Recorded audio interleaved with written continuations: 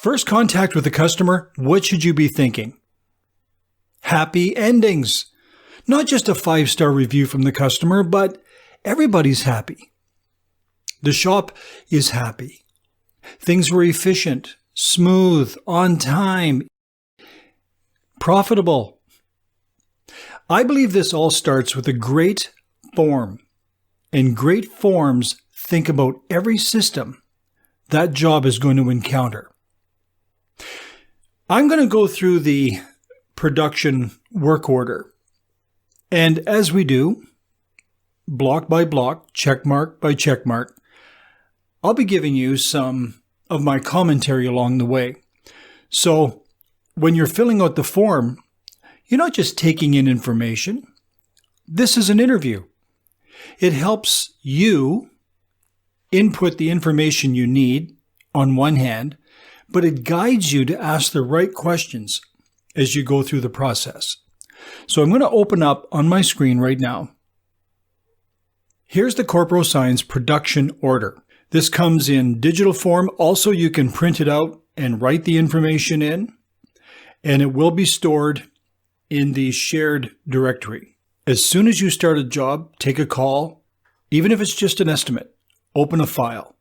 Now, if you want to feel like a fool, go to call someone back and realize you didn't get their phone number, or go to send them something and realize, oh, I didn't take their email. Take this information. Don't gloss over this. It's easy to get into a habit of just kind of writing a guy's name down, Bob, and I'll get that information later. No. When you're taking information, this is where you start. Remember, the form is guiding the whole interview process. Take the time to get to know them. In the top right-hand corner, you have the intake date, deadline, and job number. This really is the vital information of how the job will flow through. It's good to know the day you took the order, that's today. And the deadline is really the center of gravity, like the sun is the center of gravity in the whole solar system. Everything revolves around the deadline. And the job number will help you find this 2 years from now when the customer comes back and wants another one just like the other one. Again, take the time to fill this out properly. Just below the logo, you'll see authorized. This is because you don't go ahead without an approved sketch. And our rule of thumb is if it's under $200, they pay up front. If it's over $200, it's half down, half COD. We do not carry accounts unless you're given authorization to do so. And below that, you put your name as the salesperson. You'll notice right beside there, master factor, vendor factor, core plus factor, how much the estimate's going to be, and whether or not you waive the table charge. It's worth noting right here that the production order mirrors exactly the pricing sheet. That's a spreadsheet, which is a matrix of factors you punch in, and then it gives you the price. I designed the production order to work hand in glove with that matrix. The master factor is something that you will cover in the pricing video. Same with these other factors. But write them down and record them here on the production order. Let's go down the left-hand side. Sign basics. The very first question I want to know about any project is what are the constraints? Yes, the form is talking about how wide it is and how tall it is and all of that at the very top. But you also want to know what the budget is, because that constrains it as well. And this is where a good survey comes in. Having a great survey, which, by the way, is another video, is all part of the size aspect of a job. You want to size a job up. Before you get into anything else, you want to know the budget. How big is this thing? How big is the sign? And those two things are not unrelated. But once you settle on the width, height, sides, how many there are, you might put in here vehicle, see attached. You may have to survey a vehicle. Next is the substrate, and that is the board, as it were. Could be aluminum, could be plastic, banner. You put it in there. On the pricing sheet, that's a drop down, and the common substrates will be on that drop down. But let's say you get a substrate that isn't on the drop-down. It's an oddball. You can write the exact type of substrate it is, the brand, the code, so we can order it, and the vendor where you get the substrate from. Again, there's a little room for notes, and don't be afraid to attach something. So you can say, see attached. Now, the price is something that comes from the actual vendor. If you write down that it's a 4.5 foot by 150 foot roll, and the price is $500, that helps us to price it, and we use a calculator inside the pricing matrix to figure that out. For the purpose of this video, it's important you record that. Let's move along to design. This part of the production order may seem quite innocent, but really, it's quite clever. It thinks like a sign person. Designing a sign is a lot like walking. You put one foot in front of the other. You can't go to step 3 until you've done step 2. And the form acknowledges that fact. So far, we've already done step 1. We know the size of it. It's constrained by how big the sign's going to be and how big the budget's going to be. Here you can check off if the artwork is provided, which, by the way, is very common. Next, is there a digital file or drawing? Or maybe there's photos. If you check any of those off, provide that file in the shared folder. That's so when the artist goes to draw that on that digital file, there it is. They don't have to go looking for it. Next, it says the exact wording and graphics. You know, if you talk to anyone who's been in the sign business for any length of time, they have their spelling mistakes story. This input is where we stop spelling mistakes. When the form asks for exact wording, it means just that, exact wording, spelled correctly. Remember at the top of the form it said authorized and you would check that off? No job is started until the sketch is approved. And no job is started until the wording has been approved as well. That includes the spelling.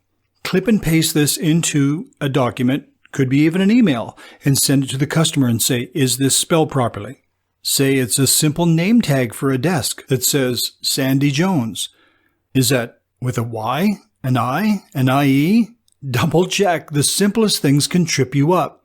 Once you get it approved, clip and paste it right into the document. If the wording won't fit in that square, provide an extra document, a simple text document with the exact wording, and put in that square, see attached. This way the artist can simply clip and paste the wording into his art program, format it, and go from there. And he's confident that it's spelled properly. With this system, there is no excuse for a spelling mistake ever to go through the shop. All spelling is signed off by the customer. And don't assume anything. Don't assume that this Sandy spells her name with a Y. Now, I'm not done with this input. It says exact wording and graphics. That could be a simple instruction such as the customer wants a picture of a hammer or a tree or whatever. Again, if the digital file is provided by the customer, check it off right above. Now, you'll notice this stage doesn't talk about colors or fonts or the style. Stage 2 is simply getting the words right, understanding the graphics. At the end of stage 2, the designer knows exactly how big it is and the exact wording. Then we go to the next square, style guidance. Sometimes I ask the customer to tell me what colors they like or don't like. Could they provide me with an image from Google that will indicate something that they do like? Here's an example of 2 signs where the styles are mixed. And you can use words such as industrial, elegant, Victorian. If you're making a sign for the midway, you've got bright, bold colors. But a funeral home, elegant, subdued colors. The last thing a graphic artist wants to hear is, I don't know what I want, just come up with something. Take the time to discuss style. Probe what kind of colors they like. See if you can get an example. Get a feel for what the job is for. That way, at the end of stage 3, the designer knows how big it is, the exact wording, and he's got some good guidance on the style, the feel of the sign. And if there's any artwork or digital files or photos, he knows exactly where to find them in the shared file. And then we go to the next step, layout. Again, don't be afraid to just say, see attached. Write some notes, scan them, put them in the shared directory. Some layout guidance might be, this word has to be the focal point. This wording can be very tiny at the bottom. It just has to be there. It's legalese. I want the graphic in the middle or up in the top right-hand corner. Whatever helps the artist lay out the sign, give him some guidance. Customers quite often have an image in their head of what they want. But remember to follow these steps. If a customer comes in and he starts doodling what he wants, stop him and get the process back on track. Discuss the size, the exact wording, get the graphics together, discuss style. Then you start to do a layout. If you follow this process, if you probe the design information properly, you'll be able to get through this, and almost every time the artist will nail the design the first time. Now there may be other design notes, such as the sign is 75 feet off the highway. Well, the designer will know that the letters have to be a certain size. You may want a 3D effect. So much time can be wasted because the designer doesn't have the right information. And by the way, if you're in doubt, call the designer into the meeting. If the customer gets a little flustered, just remind them that you want to get it right. That design time is $100 an hour. So it pays to get it done right the first time. Now let's move on to decoration. Decoration simply refers to how you're applying the artwork to the sign. Generally, it's digital imaging, vinyl, or silk screening. But this form does not cover silk screening. Like the substrate, here you tell the form if it's digital imaging, vinyl, screened, or other. If it's digital imaging, put in the vinyl type. Again, in the pricing matrix, this is a drop-down. But there are plenty of vinyls not in the drop-down. You may have to write down the type of vinyl, say gold leaf, the brand, like Avery, and the code. Below that, is the job laminated? Is transfer tape required? And here's a clever thing that affects the price of the sign, the percent coverage. I've seen many designs where the whole sign is done in vinyl lettering, except 10% of the sign where there's a crest that's been digitally imaged up in the corner. Put 10% coverage.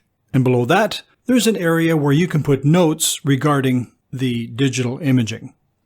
Below that, 3 inputs, vinyl 1, vinyl 2, vinyl 3.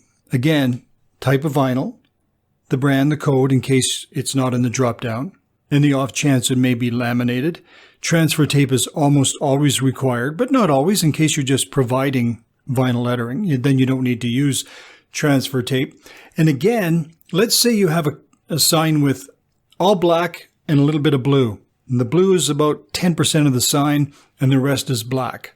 It's important to get that coverage about right in your estimation. And here's why. The pricing program will price that vinyl based on how much it's covering the sign.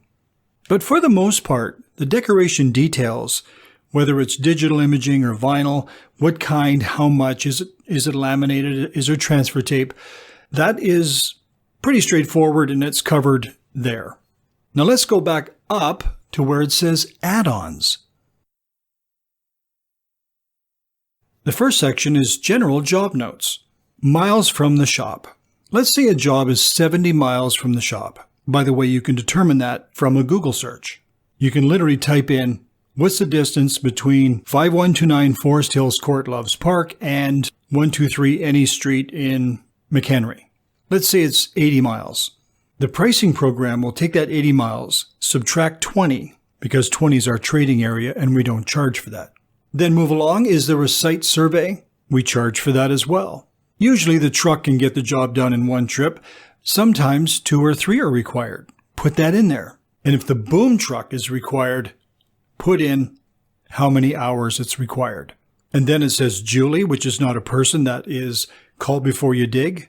Do you have to get a permit? And what's the cost of the permit? Next are fabrication add-ons. In the red bar, you see all labor, fasteners, and assorted costs are detailed on the estimation form. Not everything is on the production order. The pricing matrix gives you plenty of room to detail labor, fasteners, and assorted costs. If you need to drill 4 half-inch holes, write that down. If you have to double coat a blue or a Pantone 285, indicated here. And usually you have to prime it as well. Banners may require grommets. How far apart are the grommets? The standard is 24 inches, but that can vary. Do you want them on the top and bottom or the sides, or both? Do you want the grommets just in the corners? Ditto for the hemming. Next, it says corners. Indicate if there are round corners, and in details, say the radius of those corners. Finally, contour cut. Whether you're making 1 sticker or 1,000 stickers, indicate whether or not the contour cut is, that's when they cut out the vinyl, so it's a certain shape rather than just square. If it's under a perimeter of 12 inches, it's a small. If it's over, it's large. And it's priced accordingly. And finally on the form is just some notes you might want to take. They cover fabrication, vendor notes, installation, and additional notes. Again, space is limited, and don't be afraid to attach something.